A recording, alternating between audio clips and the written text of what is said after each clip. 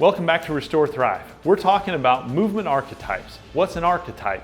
It's a basic position that every athlete and human being should be able to get into. And what we find is if you don't have complete mechanics and can't get into these movement archetypes, that it increases your risk of injury and decreases your ability to perform well.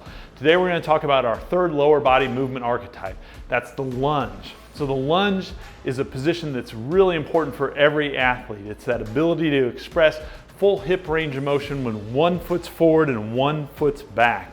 This relates to running, jumping, any sort of athletic movement where you're on your feet. Having that normal hip range of motion that's expressed in the lunge position is key to athletic performance. So what we're going to have you guys do first is see if you can get into a good lunge shape. When we teach the lunge, we want to see your feet slightly wider than hip width apart, not as wide as an A-frame or wider than your shoulders. You're nice and tall with your upper body. When you take a step forward, we want to see that you maintain that width between your feet, so we're not stepping on a balance beam where I have my foot in line with my back leg.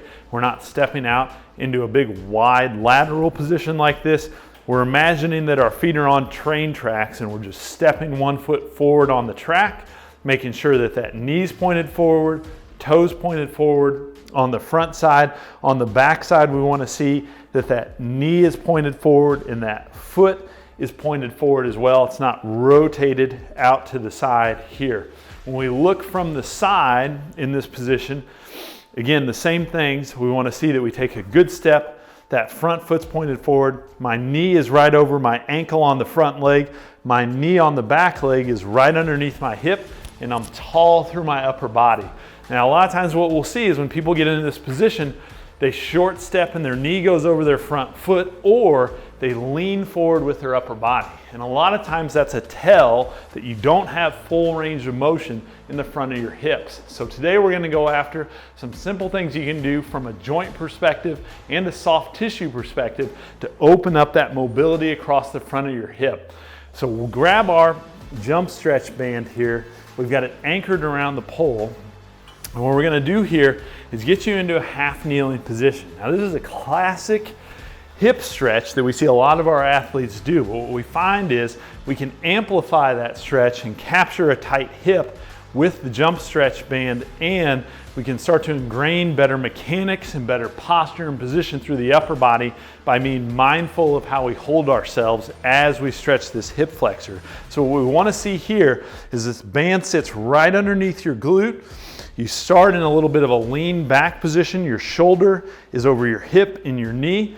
Your butt is squeezed, your abs are on. All you're gonna do from here is rock forward from your knee until you feel a little stretch across the front of your hip. Now, as I do this and rock back and forth, what I wanna make sure of is I keep that glute squeezed, keep my abs squeezed. I don't wanna give up my back position and start to arch my back to get farther forward, because now I'm moving that stretch from my hip into my low back. So keep that rib cage down, stay tight through your midsection, keep your butt squeezed, and work back and forth. So this is step one that every athlete should be able to do.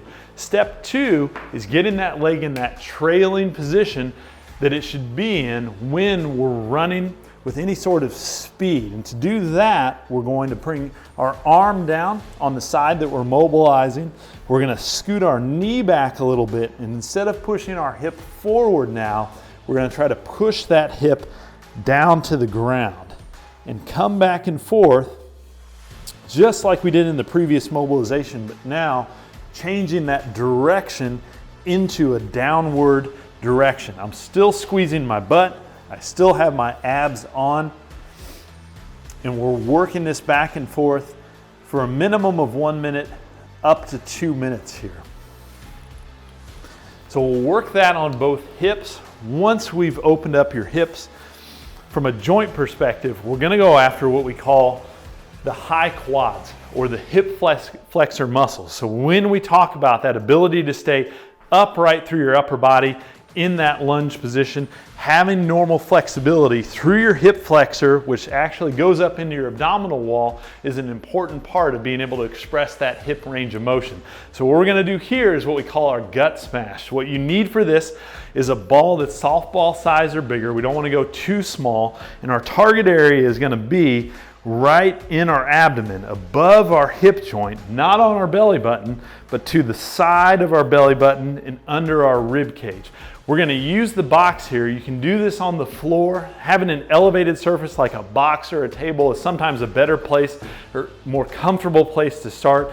And all I'm gonna do is lay over the box with the ball in the front of my abdominal wall. I'm gonna kick out my right leg on the side that I'm mobilizing, and I should be able to lay over the ball, let my arm lay over the box, essentially just be in a relaxed position here. All I'm doing is compressing that abdominal wall tissue, that muscle tissue in the abdominal wall. I should be able to take a full breath in and out. And I should also be able to add a little bit of side to side motion to just kind of smear across that high hip flexor.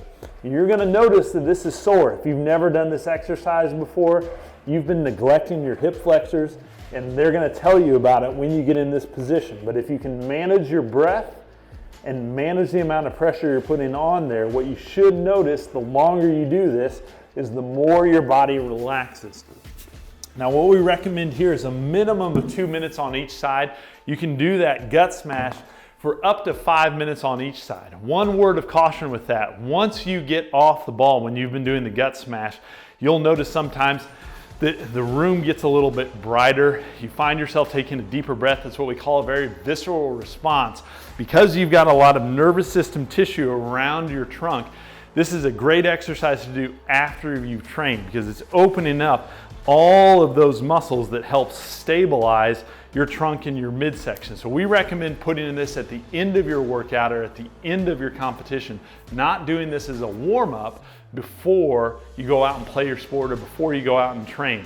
So once you've done these two mobilizations for the hip joint and for that high hip flexor and abdominal wall, make sure you check that position again, get into that lunge stance, see if you notice a difference in how it feels or how it looks.